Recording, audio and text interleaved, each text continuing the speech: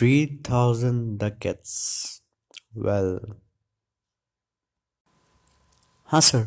और 3 महीने के लिए? 3 महीने के लिए। वेल, और जो कि मैंने आपसे कहा था एंटोनियो गारंटर रहेगा। Antonio guarantor. वेल, तो क्या आप मुझे हेल्प करोगे? क्या मैं आपका जवाब जान सकता हूँ? 3,000 डकेट्स 3 महीने के लिए, और एंटोनियो गारंटर रहेगा। और आपका जवाब? वेल, एंटोनियो एक अच्छा आदमी है। तो क्या आपने इसका कुछ ऑपोजिट सुना है क्या?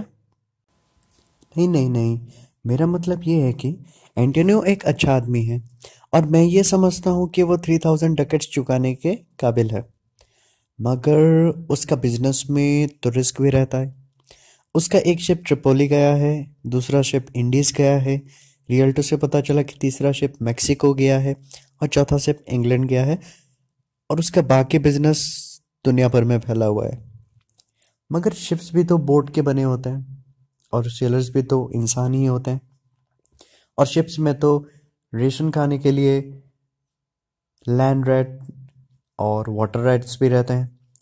शिप का तो पायरेट लोग का भी खतरा रहता है, और उसके बाद वाटर, हवा और पत्थर का भी तो खतरा रहता है। हाँ, मगर वो 3,000 डुकट्स चुकाने के लिए काबिल है। शायद मैं बॉन्ड के लिए हाँ बोल दूँ। ठीक है, अगर आप श्योर होना चाहते हैं तो। हाँ, मैं सोच के तुम्हें बताता हूँ। क्या मैं एंटोनियो से बात कर सकता हूँ? अगर आप हमारे साथ डिनर करना पसंद करेंगे तो ज़रूर आप एंटोनियो से मिल सकते हैं। हाँ, और वहाँ जाके मैं पॉर्क स्मेल करूँगा, है ना? जिसमें तुम्हारे जीसस ने शैतान को पिग के बॉडी में कैद किया था। मैं तुमसे खरीद सकता हूँ, बेच सकता हूँ, घूम फिर भी सकता हूँ, और ऐसे ही बहुत कुछ। पर तुम्हारे साथ ना कभी कुछ खाऊंगा, ना पीऊंगा, और ना ही प्रार्थना करूंगा। रियल्टो का क्या खबर है? इधर आ कौन रहा है? ये एंटोनियो आ रहा है। देखो, कैसे टैक्स कलेक्टर जैसा दिख रहा है। मैं उससे नफरत करता हूँ क्योंकि वो एक क्रिश्चियन है। मगर उससे भी ज्यादा उसकी बेवकूफ़ियों की वजह से मैं उसको नफरत करता हूँ। वो सबको बिना इंटरेस्ट चार्ज किए सबको लोन देता फिरता है वेनिस में, और उसी की वजह से वहाँ का रेट ऑफ इंटरेस्ट डाउन कर देता है। अगर कभी मैं उससे भारी पड़ा ना, तो मैं मेरा पुराना बड़ा शांत कर दूंगा। वो मेरे देश को नफरत करता है, और वो मुझे रियल्टो में सब मर्चेंट के सामने गाली देता है। मुझे, मेरे बिजनेस पे, और मेरे मेहनत के कमाए हुए डकेट्स को, जिसको वो इंटरेस्ट कहता है। अगर मैं उसे कभी माफ कर दूं तो धिक्कार है मेरे बिरादरी पर। हे शैलक, क्या तुम सुन रहे हो? मैं अभी सोच रहा था कि मेरे पास कितना अमाउंट होगा, और जहाँ तक मुझे याद है मैं अभी 3,000 डकेट्स नहीं जुटा सकता तुम्हें देने के लिए। तो क्या, मेरा एक दोस्त है, उसका नाम ट्यूबल है, वो मुझे मदद करेगा। रुको, तुम्हें कितना महीने के लिए चाहिए था? तुम कैसे हो एंटोनियो? हम आपके बारे में अभी जस्ट बात कर रहे थे। शैलो, तुम जानते हो क्या नाम है, किसी से पैसे लेता हूँ और ना ही पैसे देता हूँ, इंटरेस्ट लेने के लिए या देने के लिए। मगर मेरे दोस्त के इस वक्त का ज़रूरत पूरा करने के लिए मैं मेरा आदत बदल दूंगा। क्या शैलोक ने तुम्हें बताया कि उसको कितना इंटरेस्ट चाहिए? हाँ, बस 3,000 डकेट्स, और 3 महीने के लिए। हाँ, मैं भूल गया था, 3 महीने के लिए जो तुमने मुझे बताया था। तो फिर आपका बॉन्ड। हाँ, मुझे याद आया कि तुमने तो कहा था ना कि तुम ना पैसे लेते हो और ना ही पैसे देते हो। हाँ, मैंने ऐसा कभी नहीं किया है। जब जैकब अपने चाचा का शीप चरा रहा था, वैसे ये जैकब हमारे अब्राहम का वंशज है, जो कि उसकी माँ ने चालाकी से जैकब को सारे जायदाद का वारिस बना दिया था। हाँ, वो तीसरा वारिस था। तो उसका कहानी मुझे क्यों कह रहे हो? क्या वो भी इंटरेस्ट लेता था? नहीं, इंटरेस्ट नहीं लेता था जैसा तुम बोलते हो, डायरेक्ट इंटरेस्ट। मगर ध्यान से सुनना कि जैकब ने क्या किया।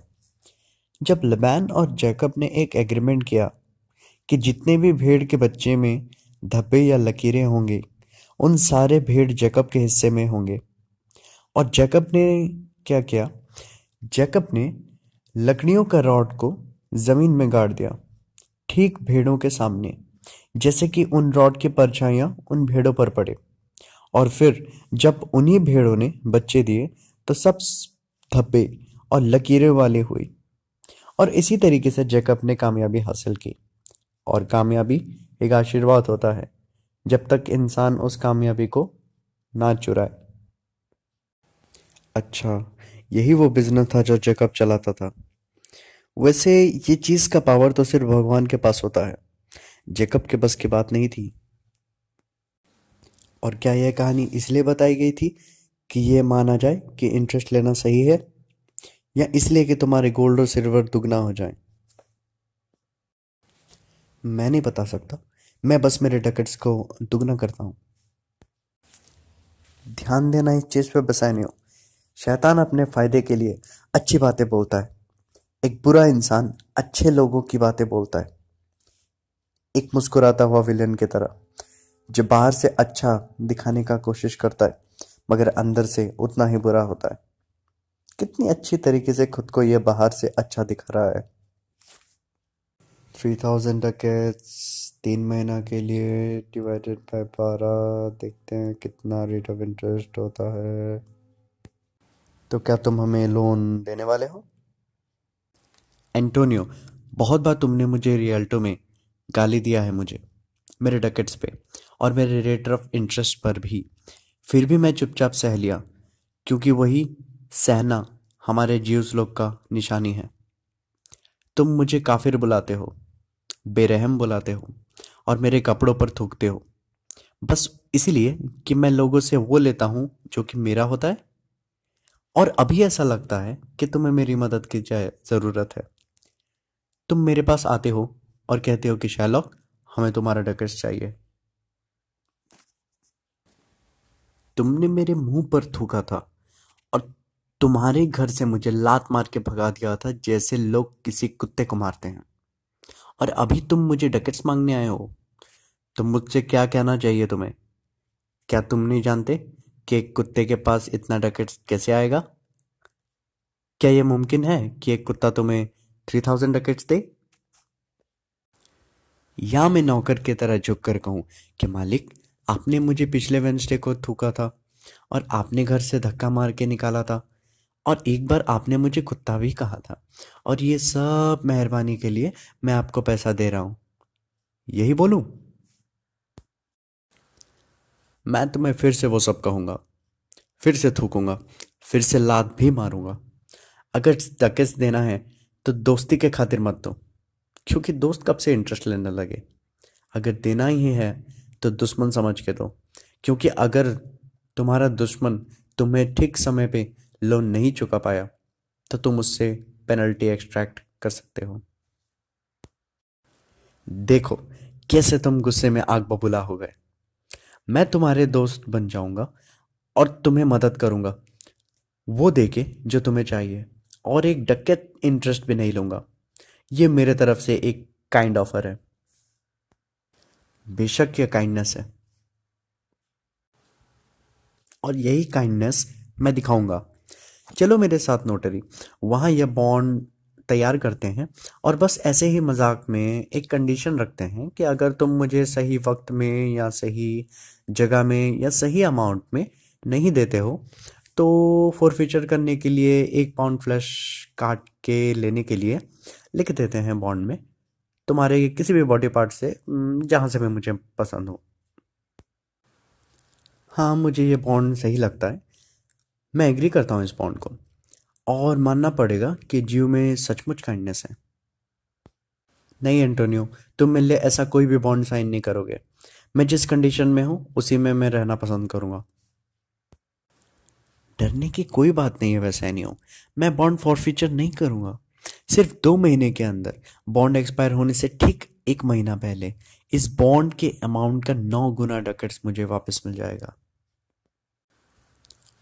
ओ फादर अब्राहम, ये क्रिश्चियन लोग कैसे होते हैं जो खुद एक दूसरे पे शक करते रहते हैं। मैं रिक्वेस्ट करता हूँ तुम्हें, मुझे एक बात बताओ कि अगर एंटोनियो ठीक टाइम पे बॉन्ड नहीं चुका पाता है या डकेट्स ना दे पाए, तो मुझे क्या मिलेगा? इंसान का 1 पाउंड फ्लैश, जो ना कीमती है और ना ही फायदेमंद, बीफ या मटन जैसा। मैं ये बस दोस्ती के खातिर कर रहा हूँ। अगर एंटोनियो कबूल करता है तो ठीक है, और अगर वो कबूल ना करे तो गुड बाय। और मेरे इस प्यार के लिए मेरे साथ गलत मत करो। हाँ शैलॉक, मैं बॉन्ड साइन करने के लिए तैयार हूँ। तो मेरे से पहले तुम नोटरी जाओ, वहाँ उनको इंस्ट्रक्शन दो और बॉन्ड तैयार करो, और मैं सीधे घर जाता हूँ, डकेट्स लेके आता हूँ। और मेरे घर का भी ध्यान रखना है, क्योंकि घर किसी गैर जिम्मेदार नौकर के भरोसे मैं छोड़ के आया हूँ। तुमसे मैं वहाँ मिलता हूँ। जल्दी जाओ फिर। ये जीव तो क्रिश्चियन जैसा काइंड निकला। एक विलन के मुंह से निकली हुई अच्छी बातें मुझे बिल्कुल पसंद नहीं। फिक्र करने की कोई बात नहीं, मेरे शिप्स बॉन्ड खत्म होने से 1 मंथ पहले ही वापस आ जाएगा।